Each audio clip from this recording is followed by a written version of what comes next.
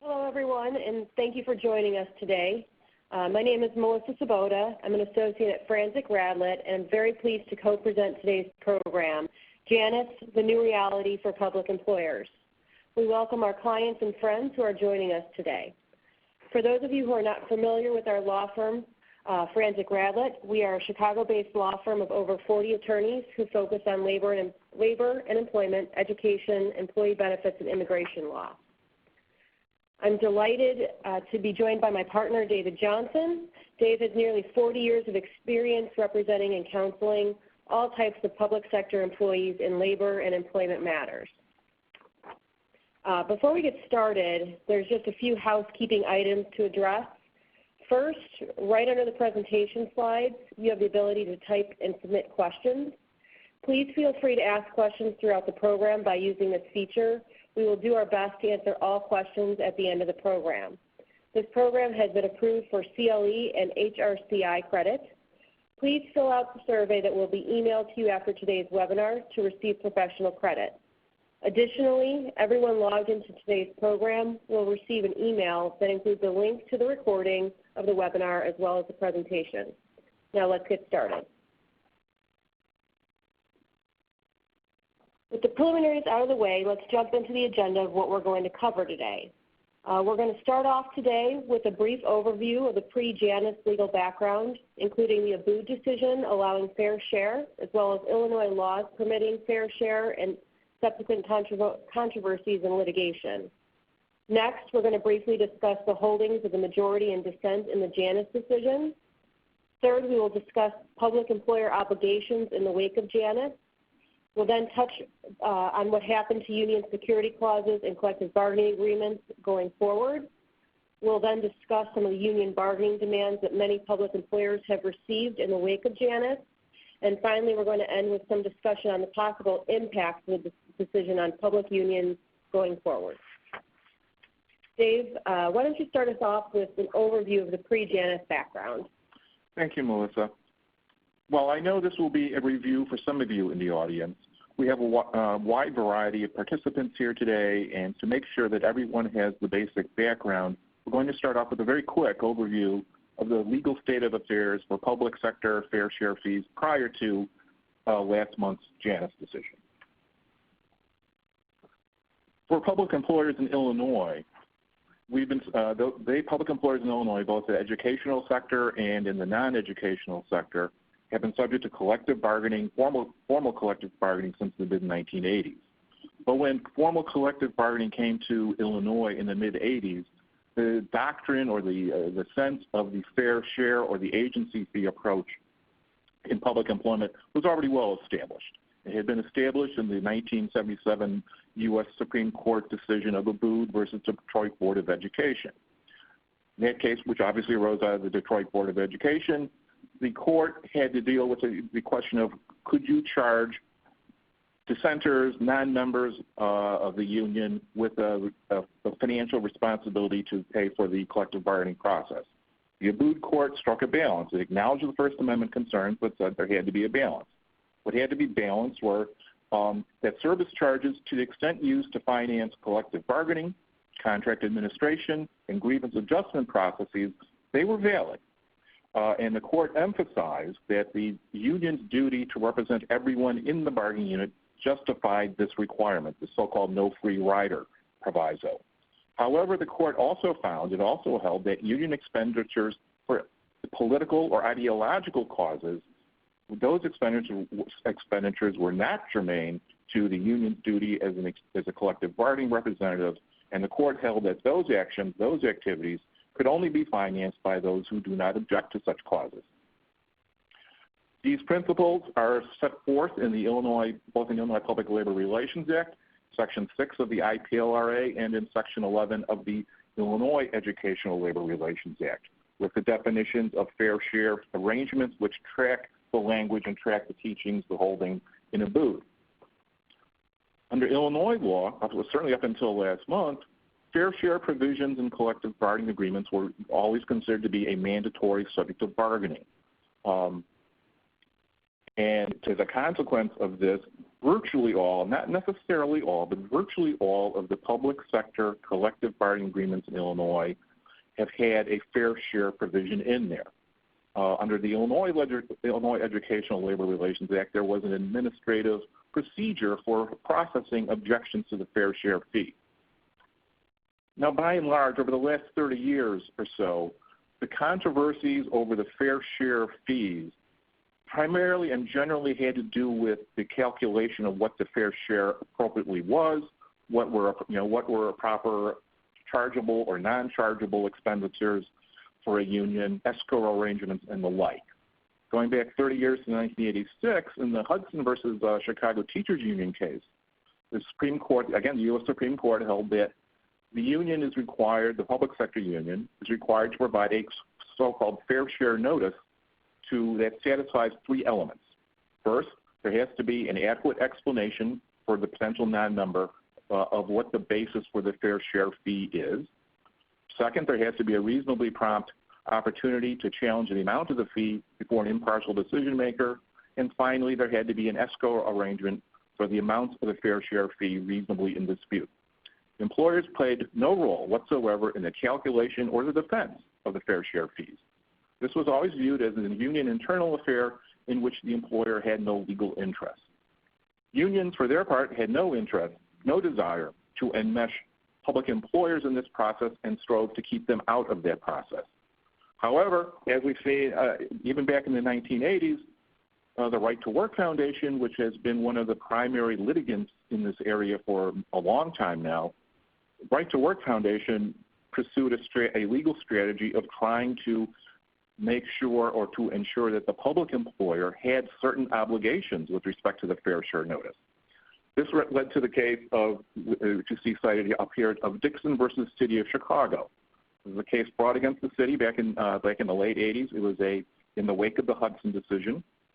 And it alleged, in that case, the Right to Work Foundation sued both the City of Chicago as the employer and the firefighters union as the union, alleging that that the city and the union had colluded to deprive non-members of the firefighters union bargaining unit of the appropriate amount of information for the fair share fee. And it was the Right to Work Foundation strategy in that case to charge the employer, the city, with specific obligations to ensure that the non-members' constitutional First Amendment rights were observed. Ultimately, there were two settlement agreements that were entered into in that case, one in which the union agreed to revise its fair share notice, a second settlement agreement with the city, in which the city agreed to at least review the content of the notice for purposes of form. The important teaching of this case was the Seventh Circuit's holding with respect to the indemnification clause that appeared and continues to appear in the collective bargaining agreement between the city and the union. The union tried to make the argument that it did not have an obligation to indemnify the city for any attorney's fees expenditures caused by the Right to Work Foundation in trying to negotiate the settlement agreement with the city. Seventh Circuit held that the indemnification clause means what it says, gave it a broad reading, and held that the indemnification clause covered the public employer in that case. I will now turn this over to Melissa to briefly discuss the reasoning in the majority and dissenting opinions in the Janus case. Thanks, Dave. Just very briefly, this was a 5-4 decision. The majority opinion was delivered by Justice Alito, joined by Justice Roberts, Thomas, Kennedy, and Gorsuch. And there were several main components in the decision. First, the court found that Abood's holding was inconsistent with First Amendment principles in that fair share fees compel a person to subsidize speech of another private speaker, the union, with which the public employee does not agree. And the court held that forcing free and independent individuals to endorse such ideas that they find objectionable raises serious First Amendment concerns. The court also rejected the two Abood justifications for agency fees, which were that they enforce labor peace and protected against free rider problems. And the court rejected both of those ideas and so they did not pass muster under the exacting scrutiny standards because they found that both labor peace and the free rider problems could be addressed by less restrictive means. Next, the court flatly rejected the respondents' arguments that ABUD was supported by the First Amendment's original meaning. The court said that there was neither founding era evidence or dictum in prior case law that supported the view that the First Amendment was originally understood to allow states to force public employees to subsidize a private third party. Furthermore, the court found that the reasoning in the Pickering decision did not support fair share fees either. First, the Pickering framework was developed for use in cases involving one employee's speech and its impact on that employee's public responsibilities. Second, it was designed to determine whether a public employee's speech interfered with the effective operations of a government office, not what happens when the government compels speech. Third, the categorization schemes in ABUD and Pickering did not line up. And finally, the court held that Pickering was aimed at addressing speech that covers matters of private concern, while union speech covers critically important public matters such as the state budget, taxes, and issues related to education, child welfare, health care, and minority rights. Finally, the court found that stare decisis did not require the retention of ABUD because ABUD was poorly reasoned. Its line between chargeable and non-chargeable expenditures was unworkable, and factual and legal developments have eroded the decision's underpinnings and left it as an outlier among the court's First Amendment cases. The dissent, which was issued by Justice Kagan and joined by Justice Ginsburg, Breyer, and Sotomayor, argued that ABUD struck a stable balance between public employees' First Amendment rights and a government entity's interest in running their workforces, because the government entity could require public employees to pay a fair share of the costs that a union incurs when negotiating on behalf of employees over terms and conditions of employment, while at the same time prohibiting any fair share payments from going to any of the union's political or ideological activities. The dissent further argued that the holding in ABUD fit within the court's general framework for evaluating claims that a condition of public employment violates the First Amendment because the court's decisions have long held that government entities have substantial latitude to regulate employee speech in the interest of operating the workplaces effectively. The dissent argued that the decision was far from an anomaly, as the majority claimed, and ABUD was a pragmatic example of how the government can regulate speech in its capacity as an employer. The dissent also argued that public employee unions will lose a secure source of financial support, and public employers will find new ways of managing their workforces.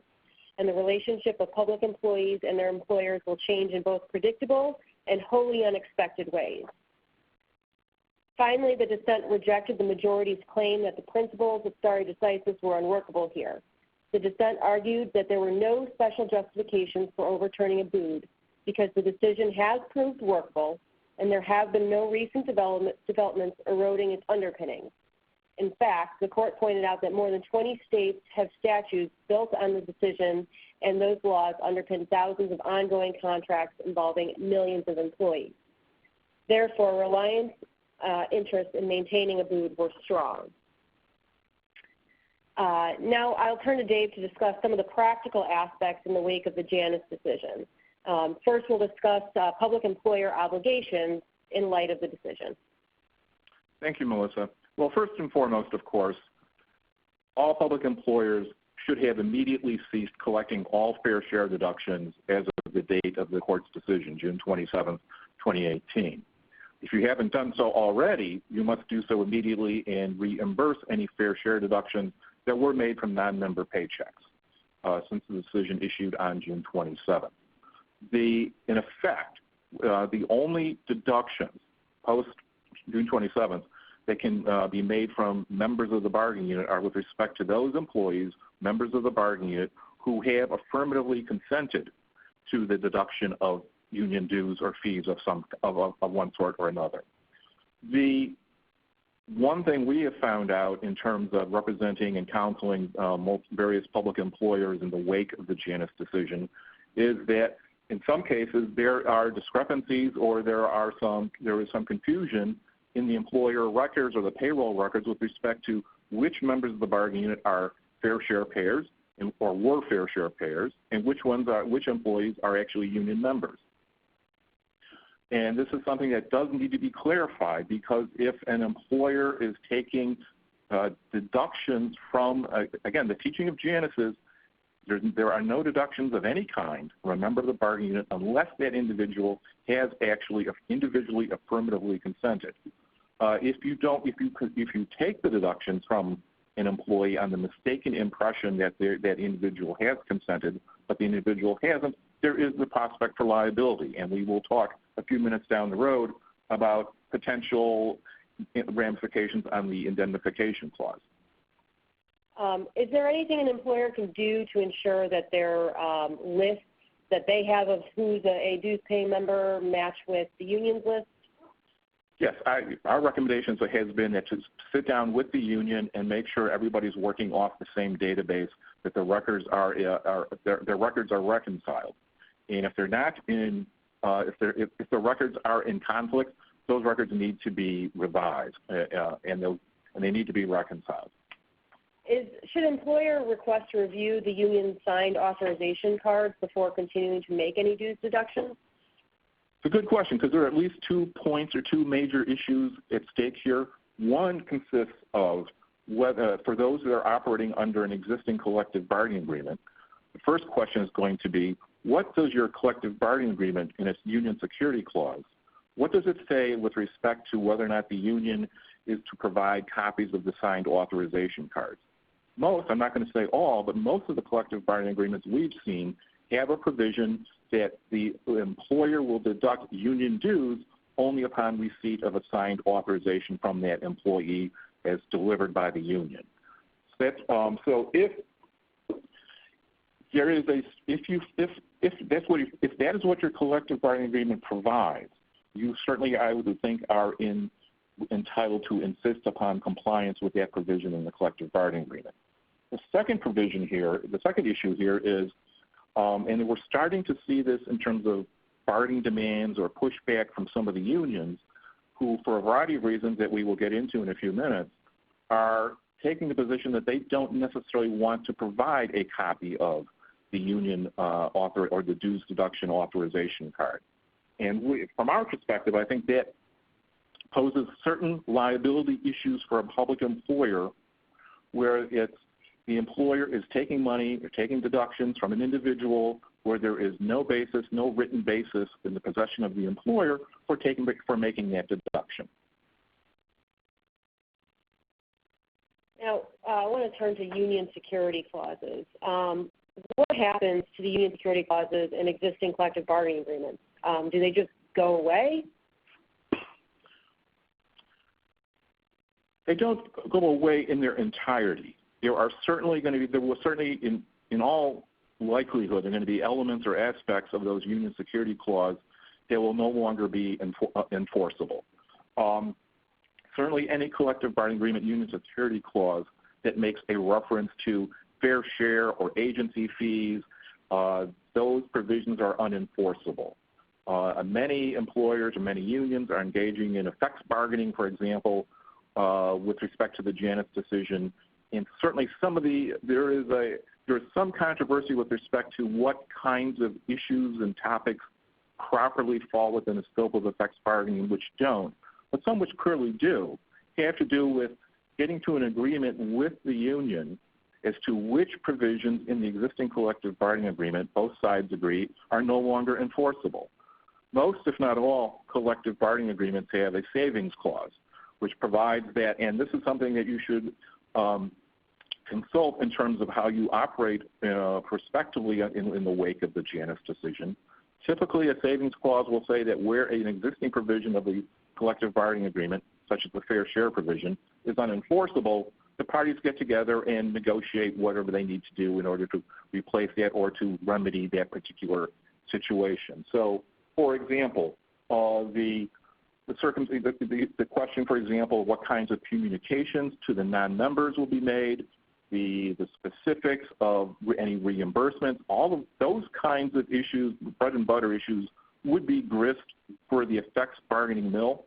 But what shouldn't be affected, or at least not immediately, by Janus, is the straight dues deduction clause, and that's typically you'll find in most if not all collective bargaining agreements, proviso that upon receipt of the signed authorization, the employer will take out the dues as authorized by the employee. That provision, unless there's something peculiar about it, that provision in all likelihood continues in full force and effect. What also continues, and you should also make abundantly clear on this point, is that the indemnification clause needs to continue in full force and effect. In addition to the fair share fees no longer being constitutionally deductible, there's also some concerns for employers under the Illinois Wage Payment and Collection Act. Under the Illinois Wage Payment and Collection Act, deductions to employee paychecks are only permitted when expressly permitted by one of these 5 exceptions. So that's when they're required by law, when they're to the benefit of the employee, they're in response to a valid wage assignment, when they're made voluntarily with express written consent by the employee at the time of the deduction, or when they're made by certain public employers to pay a debt owed to the employee. That last exception has a number of caveats for the size of the employer and some other things that are not relevant to this discussion, so I'm not going to go into them. But bottom line is, with the nullification of the provisions of the IELRA and the IPLRA that permitted fair share fees by the Janus decision, fair share fee deductions may now also be prohibited by the Illinois Wage Payment and Collection Act.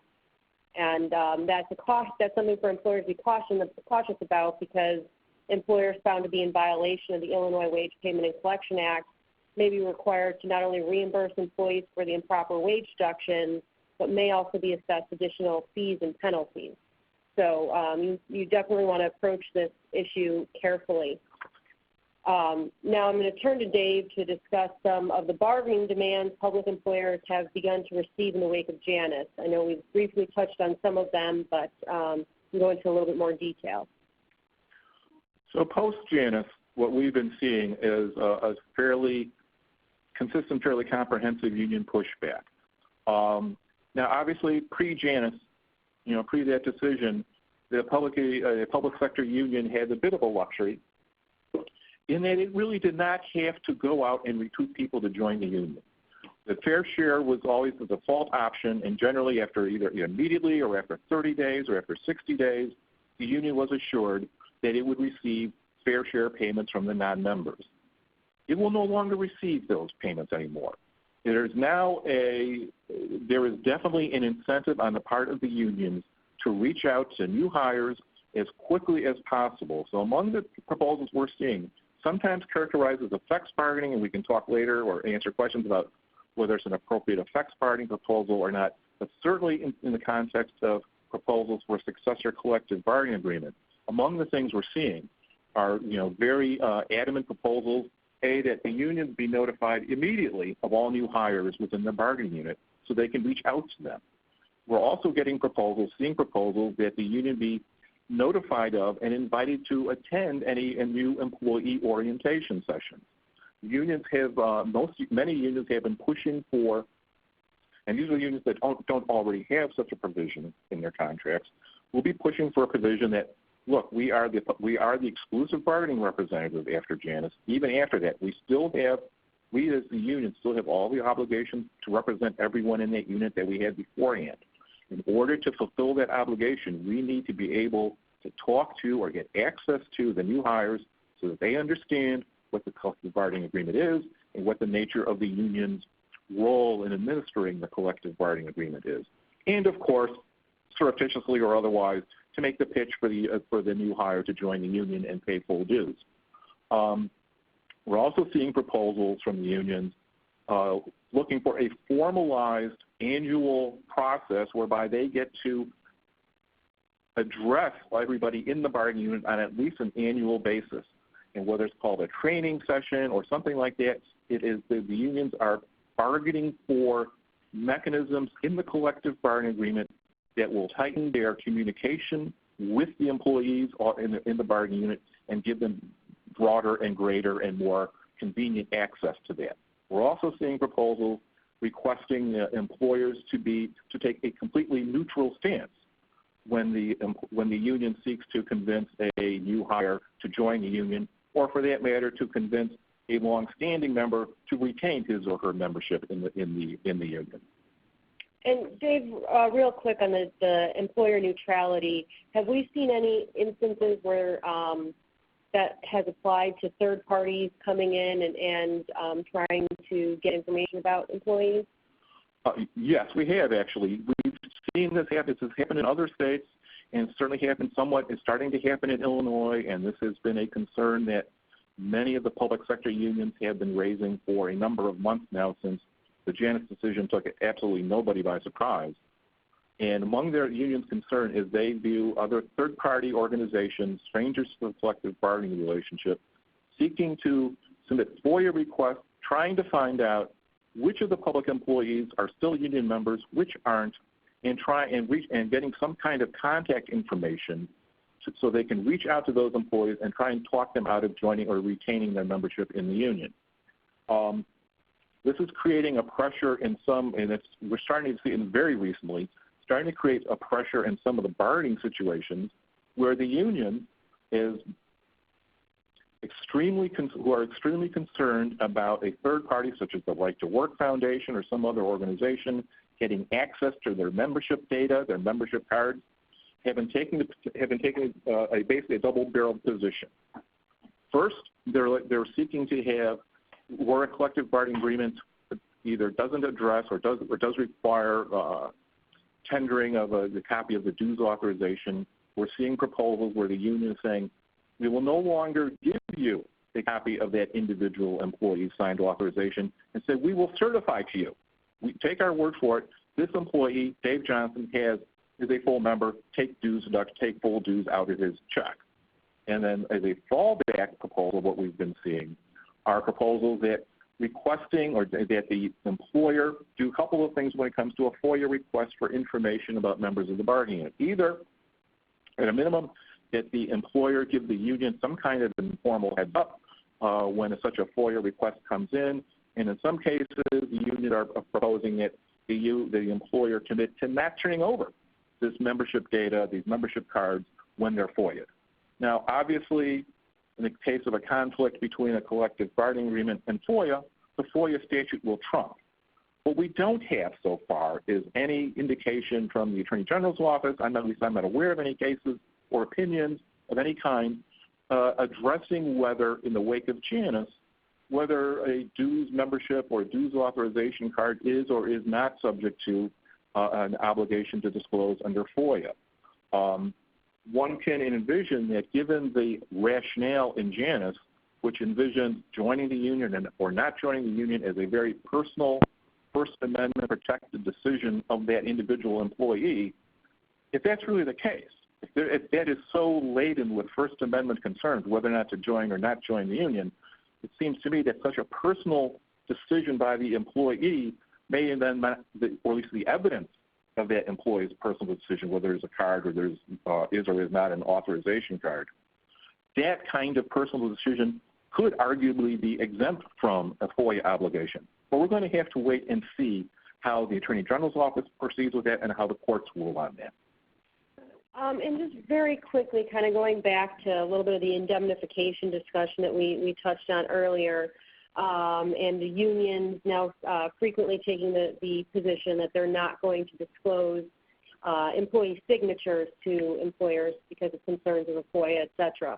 In those instances where the union is refusing to produce signatures that the employer requests, would an indemnification provision in the collective bargaining agreement protect an employer if they just follow with what the union tells them who has signed authorization cards? Yeah, another very good question. I don't think the answer to that question is clear. The Seventh Circuit decision in the Dixon case gave a very broad reading to that clause. But I had the honor of being one of the lawyers representing the city in the case, which is why it's so near and dear to me.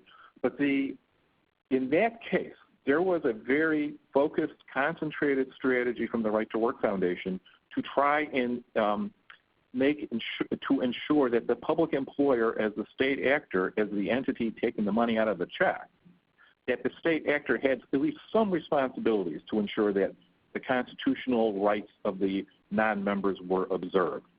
I would anticipate that in the wake of Janus, and especially with Janus's emphasis on the absolute need that there could be that a waiver of First Amendment rights is not going to be inferred, that there has to be evidence of affirmative consent by the non-member, I would certainly anticipate a full-throated charge by the Right to Work Foundation and other interested groups to make the case that this is a core obligation on the part of the public body, and the public body cannot simply delegate this responsibility to another interested party. How that case will play out, how those arguments will play out in court, I don't know, but I certainly envision them being made. Second concern is also with the statute itself. And I'm looking actually, in this context, I'm looking at the Illinois Public Labor Relations Act. In Section 6F in the Illinois Public Labor Relations Act does provide for the exclusive bargaining agent, the union, to negotiate dues arrangements, but it specifically provides that any such deduction shall only be made upon an employee's written authorization. And so I think a public employer that is taking money from employee checks with having no evidence, no written evidence of there being written authorization is taking a definite chance. Now, turning a little bit to the actual impact that we can predict as best as we can predict, can you talk about some of the speculation that's been had on what the impact will be on public sector unions and what some of the more likely realities are? Yeah, I think that's something we definitely need to do. I think there's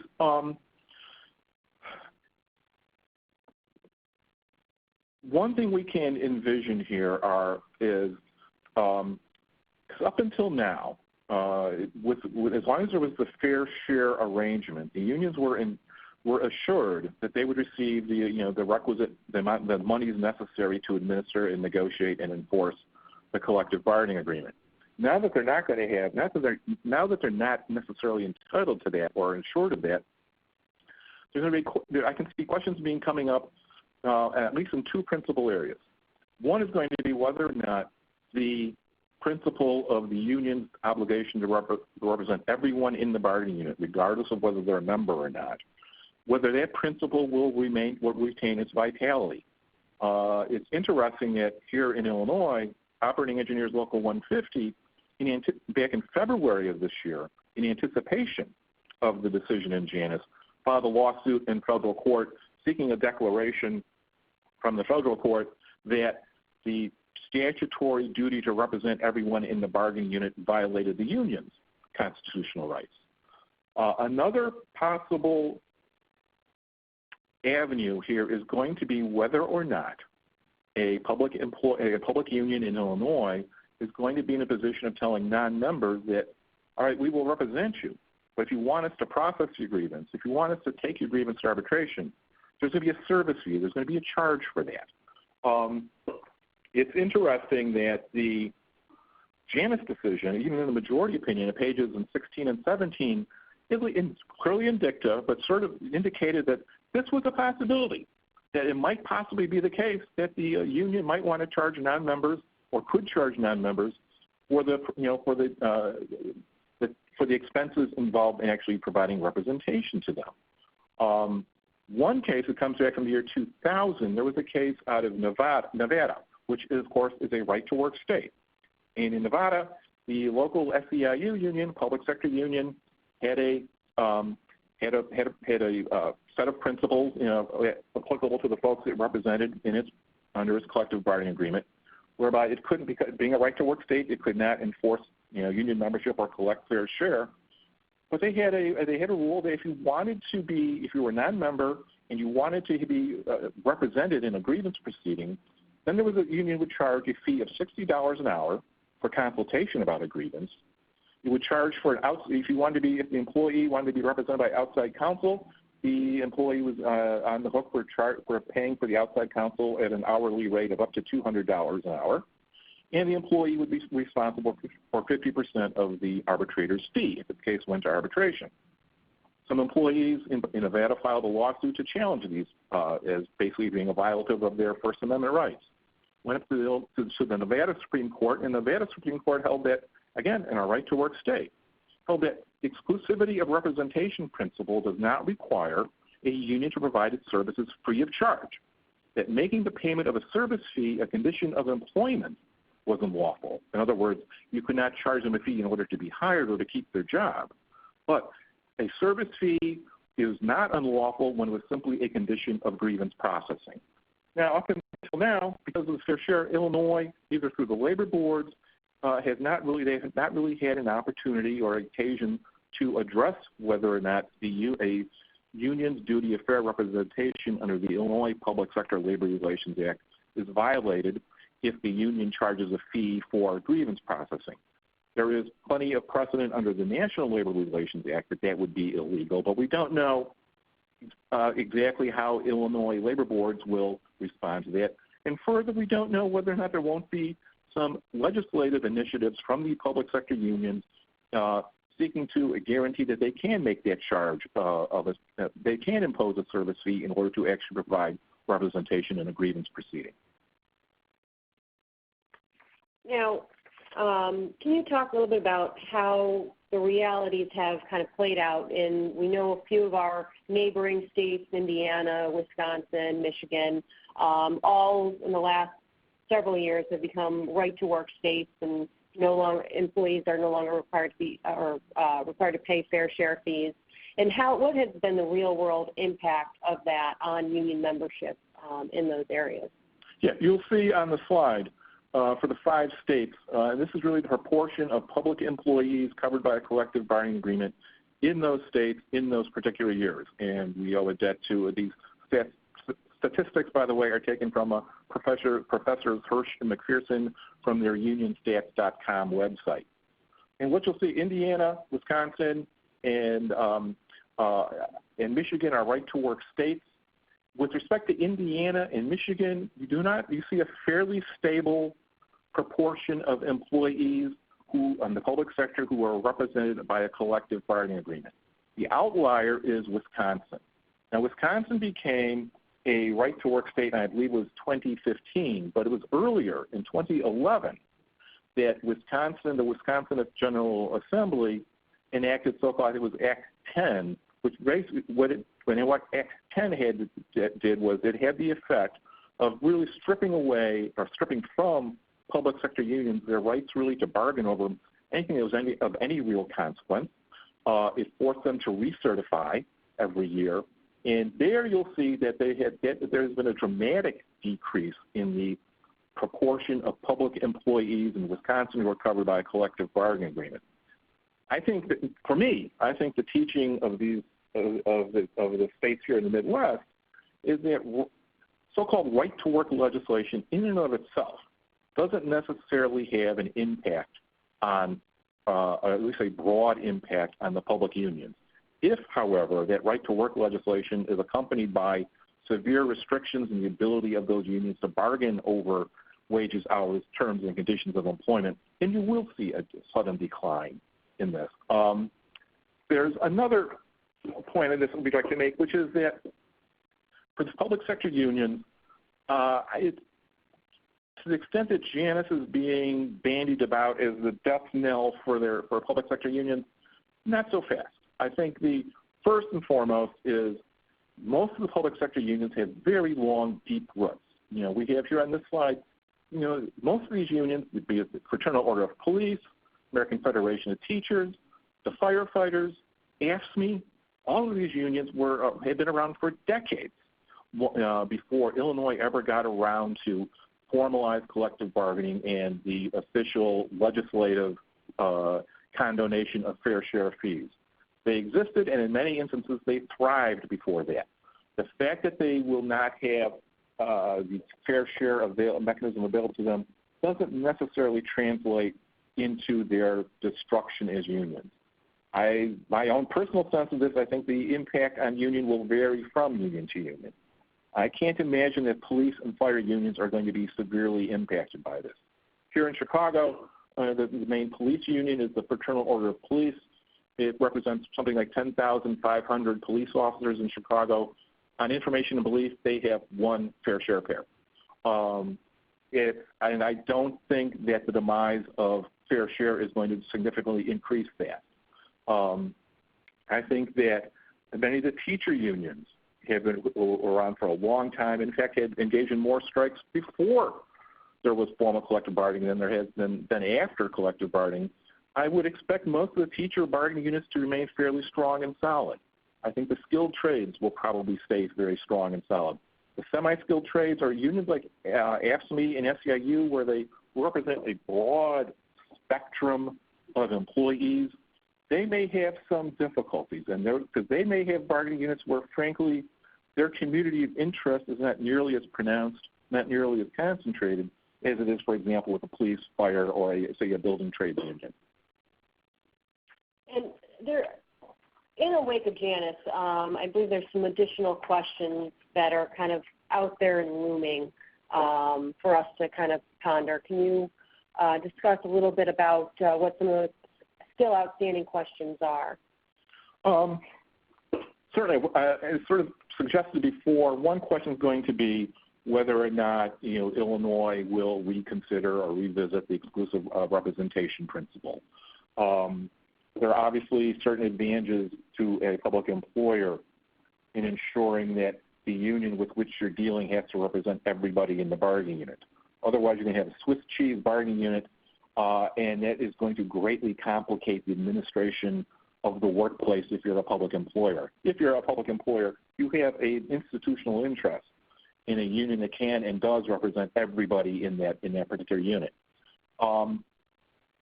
What we probably will see, I think, is to the extent you see bargaining units where people start dropping out of union membership, resigning their membership, no longer signing up, to the point where, say, a majority of the employees in the bargaining unit are no longer full members. It's going to be a combination of employers in those instances, really seeking to ask, does this union really have majority support? And before it even gets to that, frankly, if a union is representing a particular unit and part of the unit is, or a substantial part of the unit is consists of non-members, folks who are paying nothing, one can easily envision unions, filing disclaimers of interest in representing certain aspects or certain components, what was otherwise a fairly broad-based bargaining unit. I think we will see a much more aggressive stance by a lot of the unions to elevate their stature, elevate their posture vis-a-vis the employer. I would think that their organizing activities and their, especially among the incumbent employees, will increase. And of course, we're all public employers here, is one danger, of course, is some public employers are simply overreaching and believing that happy days are here again. We don't have to worry about the union. We can do what we want. And I think the teaching of American labor history teaches anything at all. It's that, like water, workplace conflict finds its own level. And if you have a group of disgruntled employees who feel that they're underpaid, mistreated, not treated fairly, they're going to find their way clear to organizing against you and organizing against the employer. I can also envision, however, and what never really happened before, at least in the Illinois public sector, is this whole question of employees coming to the employer or the employees seeking to, asking the question, how do I resign my union membership and get the all the advantages of this collective bargaining agreement without having to pay a nickel? Thus far, there's been very little case law in Illinois on which sort of minimum standards with respect to union membership status. There's certainly Section 10 of the Illinois Public Labor Relations Act, reserves to the union the right to prescribe its own rules with respect to retention of membership. We may start to see some pressure on that as to whether or not what sorts of membership retention requirements or principles promulgated by unions may ultimately be deemed illegal or overreaching. Thanks, Dave. And I think we've seen some examples of recently in states like West Virginia, Oklahoma, et cetera, of employees feeling that they were being underpaid or not being paid fairly, and taking it upon themselves to demonstrate and seek the additional wages they wanted. So I'm going to turn it over to some questions now. Looks like we have a few up here already. I'm going to read through them, and we will do our best to answer them. First, I have a question that says, I read the Janus ruling to mean not only that non-members can no longer have fair share fees deducted, but also that employees have to opt in to the union in order to have dues deducted. If someone is already in the union and has not asked to leave, does that mean that the employee has opted in, thus allowing us to continue to deduct dues? In other words, does Justice Alito's verbiage compel employees or the union to ask all current members if they want to stay in the union, or is it safe to assume that if they're actually currently in the union, they're still in until they ask to get out? Dave, what's your take on that? That's a good and a kind of a sticky question. First, I agree that I think the only way that in order to deduct dues out of any employee in a bargaining unit, the individual has to opt in. The individual has to have done something to affirmatively consent, to use Alito's formulation, to have affirmatively consented to the deduction of dues. Thereafter, it's a question of when and under what circumstances that individual can resign his or her union membership and or revoke his or her dues authorization. What we've been seeing with some of the public sector unions is they have been dusting off their union membership cards and revising them, of course, in anticipation of Janus. And what a lot of them are doing is they're breaking down their membership, the dues authorization cards, into two component parts. One is simply actual quote-unquote membership in the union. And the membership in the union can be resigned, revoked at any time. But the other part, the other component of the membership is the authorization by that individual employee to pay dues and to have dues deducted from his or her check. That component, according under these cards, is subject to revocation, but only during a defined window period.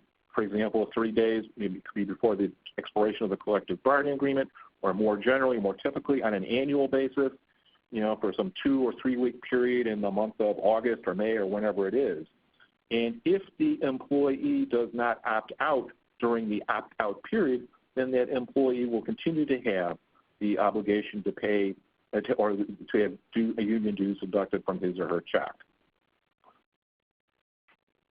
Another question is, why would this decision have any impact in a state that is not, quote, a right-to-work state such as Illinois?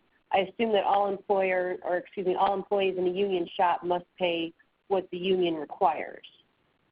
Well, for Illinois, and again, I think the impact is really, at least in the immediate sense, limited to public employees, not private sector employees.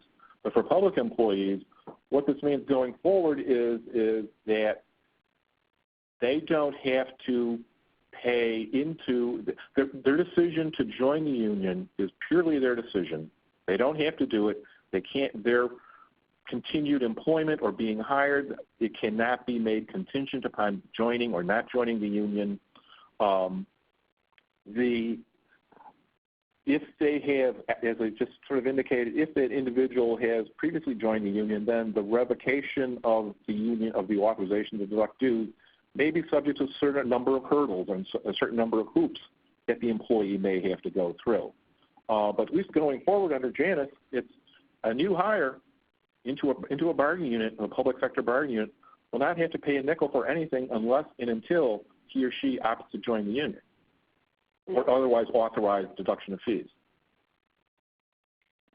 If an employee, not the union, contacts the employer to say he no longer wants to pay dues, should the employer cease the deduction immediately or tell the employee to contact the union and then wait for the union to advise the employer that the employee is now no longer a dues-paying member? I think we've generally taken the stance that when an employee is coming to an employer in light of this decision and asking about dues deductions or rescinding membership, et cetera, that we generally advise that the employer should direct the employee to the union to get such information, because it's really the union controlling dues, deductions, and authorization and that sort of thing. Is that an accurate assessment of what you've been telling employers? I would agree. I mean, it remains the case that the union has the right to administer its own membership rules and policies, and that's something that an employer interferes with at its own peril. It's sort of that can be that could turn into a garden variety unfair labor practice. So in a situation where, this is in an instance where the employee says, I want out, I want to quit, I do think it's appropriate to refer that employee back to the union, possibly to the labor board. But the question of whether or not the individual employee has perfected what that employee needs to do in order to, no longer be under a requirement to have dues deducted, that's going to be a question in all likelihood of the terms of the union membership. You will also, of course, want to look at your collective bargaining agreement to see what it says. Sometimes the collective bargaining agreement will specify a window during which a union member may revoke his or her dues authorization.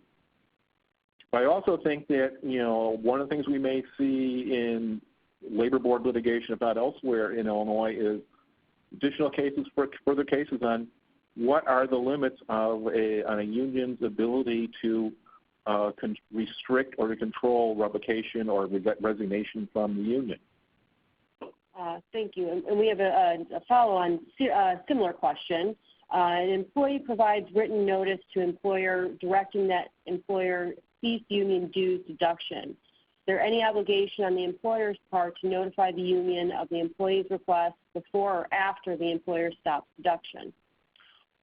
Again, I think it's going to, in part, you certainly have to consult the collective bargaining agreement provision on this one.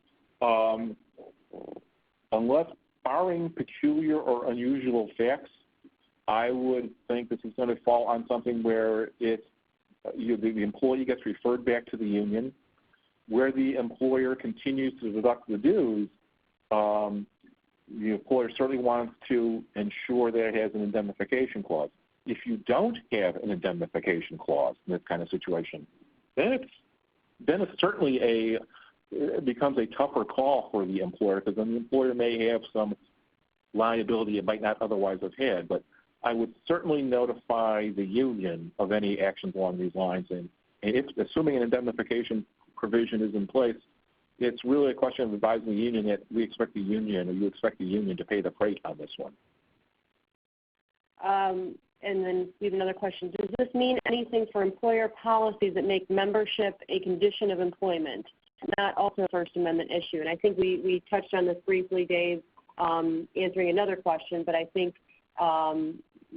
what I understand you to have said was, in the public employer aspect, yes, that those conditions of employment, being a member of a union, are no longer valid. Is that accurate?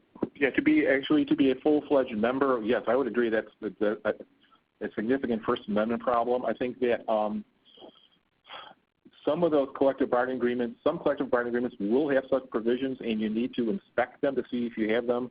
From my experience, a lot of those contracts that have such language a lot of them are trades agreements, and probably they've been in place for like 40 or 50 years, and nobody has really revised the union security provision in that. That's something you may need to address either in effects bargaining or something for a successor collective bargaining agreement. There's a question that the employer currently deducts dues twice a year. Will this still be acceptable? My reading of the decision is that that should still be fine. Is there any caveats for any prorated amount for fair share of fee payers if, in light of when the decision was issued? Any thoughts on that? It actually is a question that does come up, because for some, we've seen some instances, some occasions where, for example, the pay period ended before June 27th, which is the date of the Janus decision, but the paycheck was received after June 27th. Can there be fair share deductions in that? In those kinds of in those cases, I would basically bring this. I view that, frankly, as something to raise with a union possibly in an effects bargaining situation. And again, assuming you have an indemnification clause that indemnifies you for following the union's directives, I would put it on the union. What do you want us to do with respect to those deductions? Do you want us to refund them, or do you want us to take them and send them over to you? But I'd want to make the union the owner of that particular decision. Question that says, what steps can employees take to ensure compliance with Janus in collecting and remitting dues to the union from employees? And I think that they may have meant what steps can employers take to ensure compliance with Janus in collecting and remitting dues to the union from employees? Well, I think part of the answer is it goes to the question of whether or not you should insist upon having a dues authorization card, a signed card from the employee before taking the dues.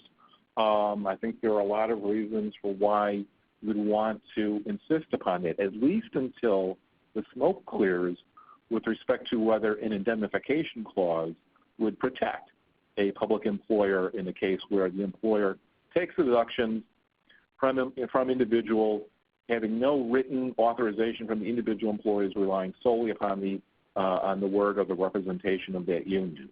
I think that question is still open. I would be, as a lawyer for employers, I'd be a little anxious about taking the bet that the indemnification clause isn't necessarily broad enough to protect the public employer in that case. And we have one final question. It's kind of a broad question asking us to define a public employer. Is it limited to government employers? And I know we do have, most of our participants today are primarily from Illinois, but there are a few others from other states, and it's based on state law. Is that fair to say? I mean, the Illinois Public Labor Relations Act defines what a public employer is, and it's generally municipalities and cities, et cetera. And then the Educational Labor Relations Act also defines what a public employer is under that act. Yes, I think that's typically the case. There should be a governing statute, and that governing statute, much like the NLRA does in the private sector, but it should define who or what is an employer for purposes of that statute. It looks like that's all the questions we had. I want to thank all of you for joining us today. We hope you found the program helpful. You'll receive an email today with a link to the program's recording, presentation, and a survey to receive your professional credit. If you have any other questions, feel free to contact David or I individually. Our contact information will be on the slideshow. And thank you very much, and have a great day. Thank you.